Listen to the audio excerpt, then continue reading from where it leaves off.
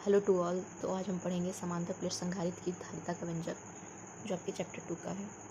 ये आपके पेपर में अधिकांश आता है। तो आइए चलिए पढ़ते हैं। तो सबसे पहले हम फिगर बनाते हैं। सबसे पहले हम 2 प्लेटें बनाएंगे। देखिए सबसे पहले हम क्या बनाएंगे, 2 प्लेटें।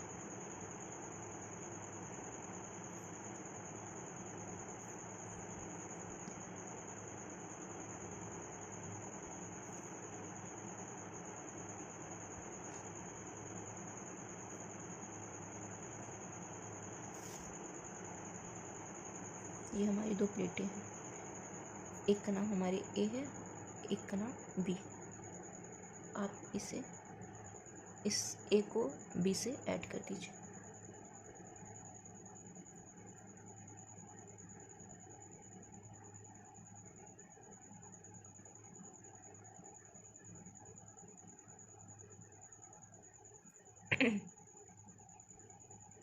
ये देखिए हमारी 2 प्लेटें हैं, ए व बी।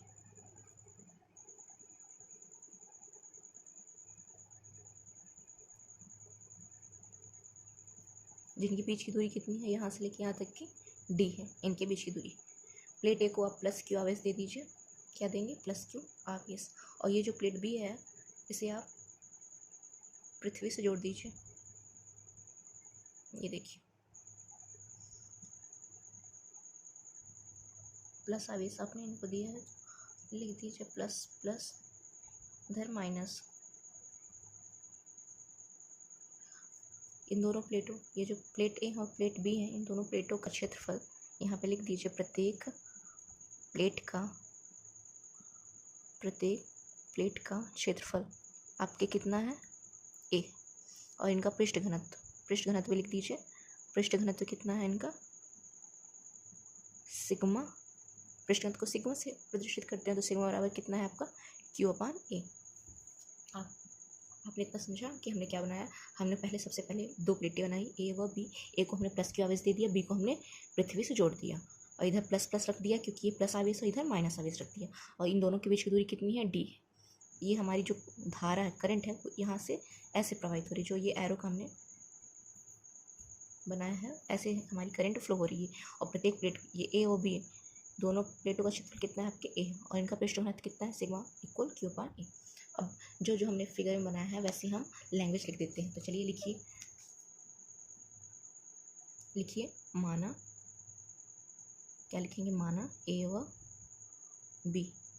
और बी समांतर प्लेट संधारित्र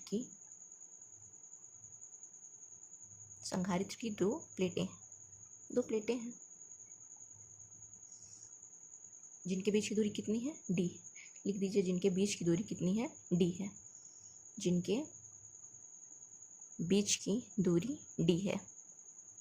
फिर हमने क्या लिखा, प्लेट ए को प्लस क्यू आवेश दिया जाता है। तो लिख दीजिए प्लेट ए को प्लस क्यू आवेश दिया जाता है।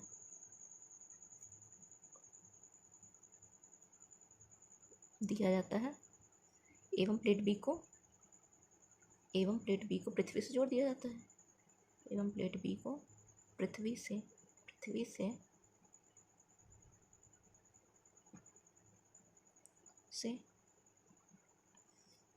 जोड़ दिया जाता है। जैसा हमने फिगर बनाया है, वैसे हम लैंग्वेज भाषाएं लिखते जा रहे हैं। फिर हम लिखेंगे प्रत्येक प्लेट का क्षेत्रफल कितना है, ए है। तो लिख दीजिए प्रत्येक प्लेट का क्षेत्रफल ए है। क्या है, ए। एवं पृष्ठ घनत्व कितना है, लिखिए तथा प्लेटों के बीच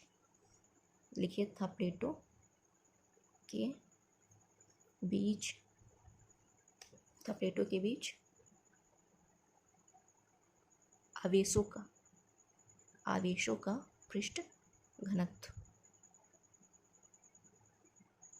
कितना है आपका, सिग्मा इक्वल Q/A। हमने जो फिगर में बनाया था, हमने भाषा लिख दी है। एक बार फिर से समझ लीजिए। माना प्लेट ए और प्लेट बी समांतर प्लेट। ये हमारी समांतर प्लेट मतलब 2 लाइन है हमारी समांतर प्लेट संधारित्र की 2 प्लेटें, जिनके बीच की दूरी कितनी है, डी। प्लेट ए को प्लस क्या दिया जाता है, प्लेट बी को पृथ्वी से जोड़ दिया जाता है। फिर हमने क्या लिखा, प्रत्येक प्लेट का, ए और बी दोनों प्लेटों का क्षेत्रफल आपके कितना है, ए। एवं आवेशों के बीच का, ये आवेश है हमारे, प्लस और माइनस क्या है हमारे आवेश है, एक प्लस आवेश एक माइनस आवेश है, इन आवेशों के बीच का पृष्ठ घनत्व कितना है आपका सिग्मा, सिग्मा बराबर Q/A। अब चलिए लिखेंगे हम, सबसे पहले हम प्लेट ए की विद्युत क्षेत्र की तीव्रता निकालेंगे, फिर प्लेट बी की विद्युत क्षेत्र की निकालेंगे। तो लिखिए यहाँ पे, लिखिए प्लेट ए पर विद्युत क्षेत्र की तीव्रता, तो क्या हो जाएगी आपकी, आपको पता है विद्युत क्षेत्र की तीव्रता किसे प्रदर्शित करते हैं, इससे। तो E1 बराबर क्या हो जाएगा, क्योंकि हमें दो प्लेटों पर निकालना है तो हम क्या लेंगे E1 और E2। E1 बराबर आपका क्या हो जाएगा सिग्मा/2 के एप्सिलॉन नॉट। ये आपका फार्मूला है, आपको ये पढ़ना होगा क्या कि सिग्मा/2 के एप्सिलॉन नॉट। फिर हम दूसरा लेंगे प्लेट बी पर, क्या लेंगे प्लेट बी पर विद्युत क्षेत्र की तीव्रता, देखिए क्या हो जाएगी E2 बराबर सिग्मा/2 के एप्सिलॉन नॉट। आपने इतना निकाल लिया, हम परिणामी तीव्रता निकालेंगे, क्या लिखेंगे परिणामी तीव्रता। अतः परिणामी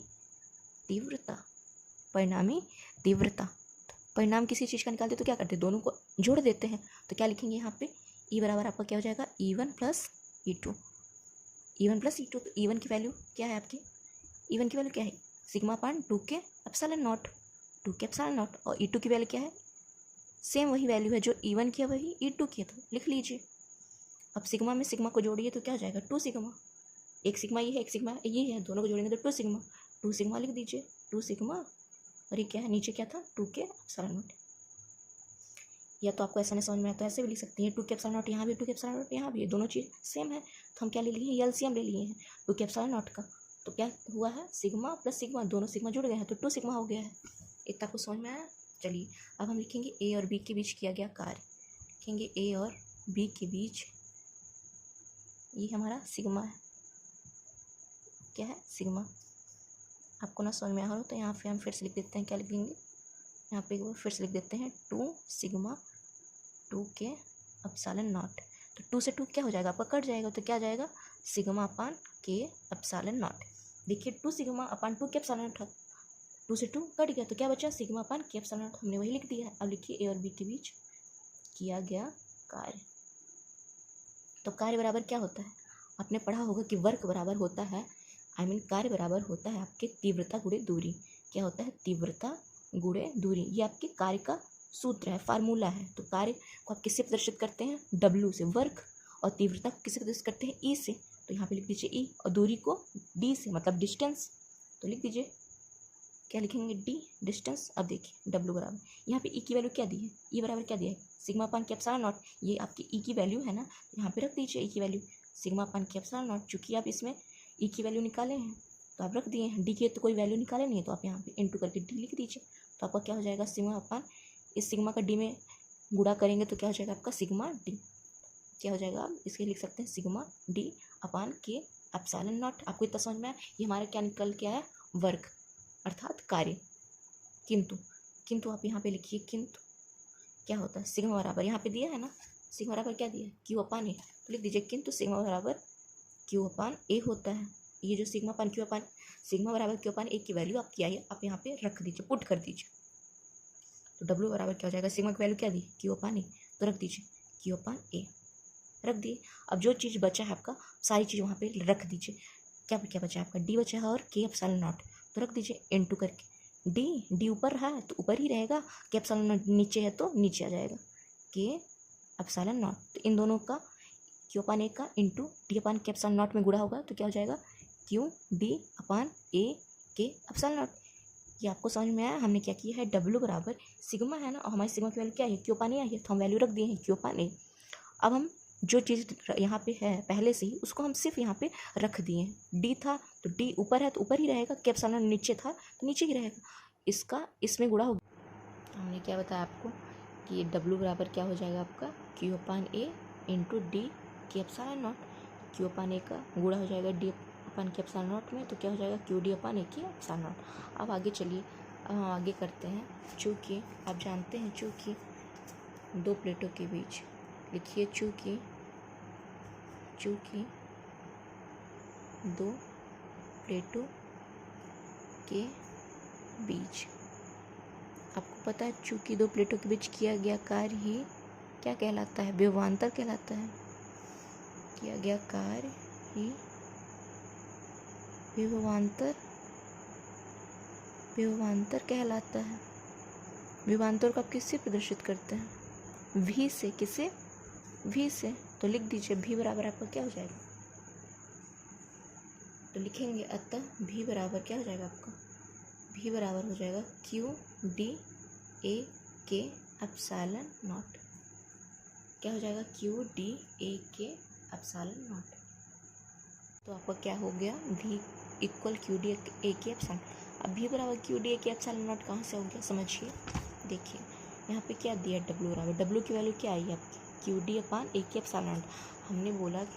हमने क्या बोला? चूँकि यहाँ पे क्या लिखा है? चूँकि दो प्लेटों के बीच किया गया कार्य विभवांतर कहलाता है। तो कार्य बराबर आपका क्या हो जाएगा? विभवांतर।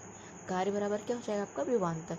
तो जो कार्य की वैल्यू आई है, मतलब आपका जो मान आया है, वो किसके बराबर हो जाएगा? विभवांतर के। तो इसीलिए हमने ये जो आपका w बराबर q d a k epsilon not आया है, यहाँ समझिए w बराबर q d a k epsilon not है, वही हम विभवांतर के बराबर करते हैं, क्योंकि हमने लिखा है दो प्लेटों के बीच किया गया कार्य आपका क्या कहलाता है? विभवांतर।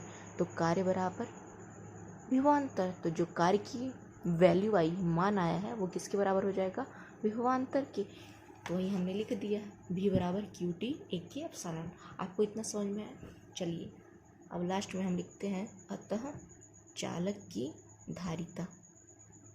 अतः चालक की धारिता। तो धारिता का सूत्र क्या होता है? फार्मूला क्या होता है आपका? C बराबर Q अपान V। ये आपके धारिता का सूत्र होता है। धारिता को आप C से प्रदर्शित करते हैं और धारिता बराबर क्या होता है? Q अपान V। तो चलिए C बराबर Q तो लिखा रहने देंगे, लेकिन V की वैल्यू आपकी क्या आई? q d upon a k epsilon not. ये आपकी v की वैल्यू अर्थात मान है। तो मान आप इसे रख दीजिए। कहाँ रख देंगे? जहाँ पे v का मान बोला है रखने के लिए। तो v का मान क्या दिया है? q d upon a k epsilon not. तो देखिए कुछ कट रहा है, ये देखिए ऊपर q है नीचे q है, दोनों कट जाएंगे तो क्या बचेगा? देखिए 1 अपान d a k epsilon not. Q से क्यू कट गया तो क्या बचा? ऊपर 1 बचा। अब ये देखिए ये संख्या आप नीचे है, तो हम इसे ऊपर कर देंगे। तो 1 अपान डी इंटू ए के एप्सिलॉन नॉट। ये चीज़ नीचे थी तो ऊपर जाके क्या हो गई? नीचे थी, आई मीन भागे में थी, तो ऊपर जाएगी तो कहाँ में हो जाएगी? गुणे में। किस में हो जाएगी? गुणे में। तो आपका क्या आ जाएगा? सी बराबर 1 का एक के एप्सिलॉन में गुणा होगा तो क्या होगा? एक के एप्सिलॉन नॉट। एक के एप्सिलॉन नॉट। और नीचे क्या था आपका? डी। यही आपके समांतर प्लेट संधारित्र की धारिता का व्यंजक। आपको धारिता का व्यंजक ज्ञात करना था ना, तो हमने धारिता का व्यंजक ज्ञात कर दिया। ये क्या होगा आपका? फैरड। क्या होगा? ये इकाई है इसकी। धारिता को आप किससे प्रदर्शित करते हैं? सी से। तो यही आपका व्यंजक है। अगर आपको समझ में आया तो प्लीज़ आप स्क्रीनशॉट ले सकते हैं। ये हमारी समांतर प्लेट संधारित्र की धारिता का व्यंजक था।